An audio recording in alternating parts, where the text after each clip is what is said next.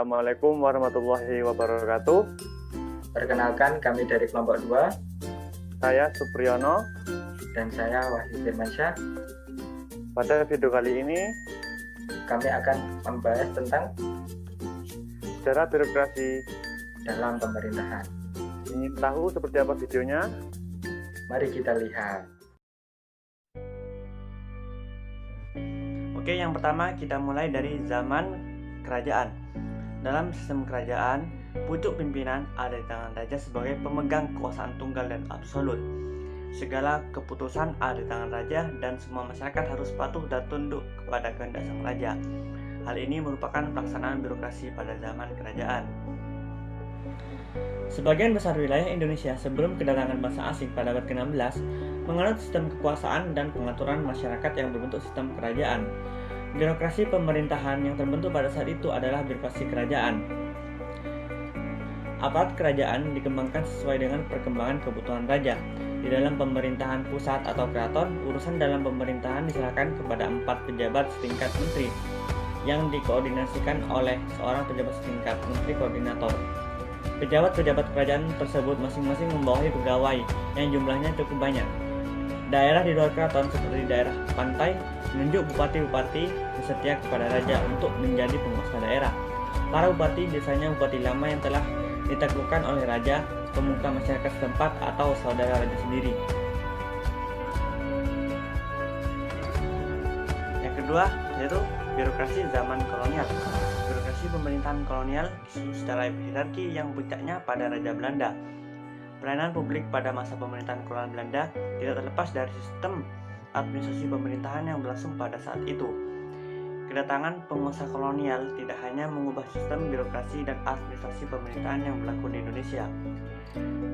Sebagai bangsa pendatang yang ingin menguasai wilayah Nusantara baik secara politik maupun ekonomi. Pemerintah kolonial menjalin hubungan politik dengan pemerintah kerajaan yang masih disegani oleh masyarakat.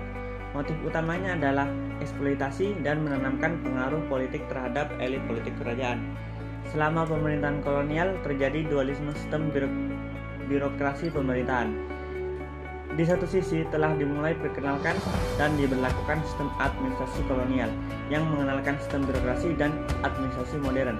Sedangkan pada sisi lain, sistem tradisional masih tetap dipertahankan. Dalam mengimplementasikan kebijakan pemerintahan negara jajahan, Ratu Belanda menyerahkan kepada wakilnya, yakni seorang gubernur jenderal. Kekuasaan dan kewenangan gubernur jenderal meliputi seluruh keputusan politik di wilayah negara jajahan yang dikuasai. Gubernur jenderal dibantu oleh para gubernur dan presiden. Gubernur merupakan wakil pemerintah pusat yang berkedudukan di Batavia untuk wilayah provinsi, sedangkan di tingkat kabupaten terdapat asisten residen dan pengawas yang diangkat oleh gubernur jenderal untuk mengawasi bupati dan wedana dalam menjalankan pemerintahan sehari-hari. Yang ketiga yaitu birokrasi pada zaman Orde Lama. Berakhirnya masa pemerintahan kolonial membawa perubahan sosial politik yang sangat berarti bagi keberlangsungan sistem birokrasi pemerintahan yang ada di Indonesia.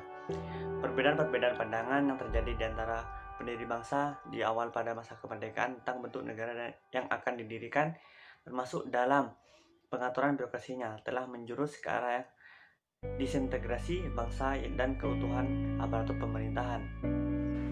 Perubahan bentuk negara dari kesatuan menjadi federal berdasarkan Konstitusi RIS atau Republik Indonesia Serikat melahirkan dilematis dalam cara pengaturan aparatur pemerintah. Setidak-tidaknya terdapat 2 persoalan dilematis yang menyangkut birokrasi pada saat itu. Yang pertama ialah bagaimana cara menempatkan pegawai politik Indonesia yang telah berjasa mempertahankan NKRI tetapi relatif atau kurang memiliki keahlian dan pengalaman kerja yang memadai. Yang kedua yaitu bagaimana menempatkan pegawai yang telah bekerja pada pemerintahan Belanda yang memiliki keahlian tetapi dianggap berkhianat atau tidak loyal terhadap NKRI.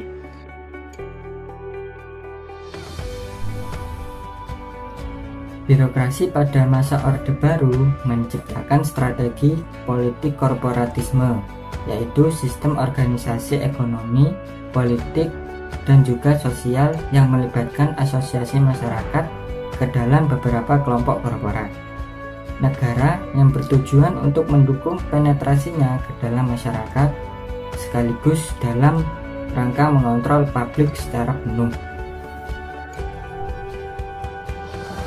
Strategi politik birokrasi tersebut merupakan strategi dalam mengatur sistem perwakilan kepentingan melalui jaringan fungsional non-ideologis, di mana sistem tersebut memberikan berbagai lisensi kepada kelompok fungsional dalam masyarakat, seperti monopoli atau perizinan, yang bertujuan untuk meniadakan konflik antar kelas maupun antar kelompok kepentingan dalam masyarakat, yang memiliki konsekuensi terhadap hilangnya pluralitas sosial, politik maupun budaya.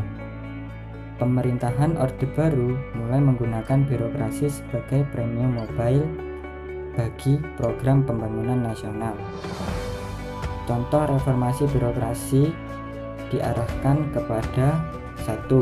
Memindahkan wewenang administratif kepada eselon atas hierarki birokrasi. 2. Untuk membuat birokrasi responsif terhadap kehendak kepemimpinan pusat. 3. Untuk memperluas wewenang pemerintah baru dalam rangka mengkonsolidasikan pengendalian atas daerah-daerah. Perubahan struktur, kultur, dan juga paradigma birokrasi dalam peradaban dan masyarakat menjadi begitu mendesak untuk segera dilakukan, mengingat birokrasi mempunyai kontribusi yang sangat besar terhadap terjadinya krisis multidimensional yang tengah terjadi sampai saat ini. Kecenderungan birokrasi untuk bermain politik pada masa reformasi tampaknya belum sepenuhnya dapat dihilangkan dari kultur birokrasi di Indonesia. Publik mengharapkan bahwa dengan terjadinya reformasi akan diikuti pula dengan perubahan besar pada desain kehidupan bermasyarakat, berbangsa, dan juga bernegara, baik yang menyangkut dimensi kehidupan politik, sosial, ekonomi, maupun kultural. Namun, harapan terbentuknya kinerja birokrasi yang berorientasi pada pelanggan sebagaimana birokrasi di negara-negara maju tampaknya masih sulit untuk diwujudkan. Persoalan birokrasi di negara berkembang seperti merajalelanya korupsi, pengaruh kepentingan politik partisan, sistem patron-klien yang menjadi norma birokrasi, sehingga pola perekrutan lebih banyak berdasarkan hubungan personal daripada faktor kapabilitas, serta birokrasi pemerintah yang digunakan oleh masyarakat sebagaimana tempat favorit untuk mencari lapangan pekerjaan merupakan sebagian fenomena birokrasi yang terdapat di banyak negara berkembang, termasuk di negara Indonesia. Itulah video presentasi dari kelompok kami. Bila ada kata-kata yang salah atau tidak menyenangkan, kami mohon maaf yang sebesar-besarnya. Saya akhiri. Wassalamualaikum warahmatullahi wabarakatuh.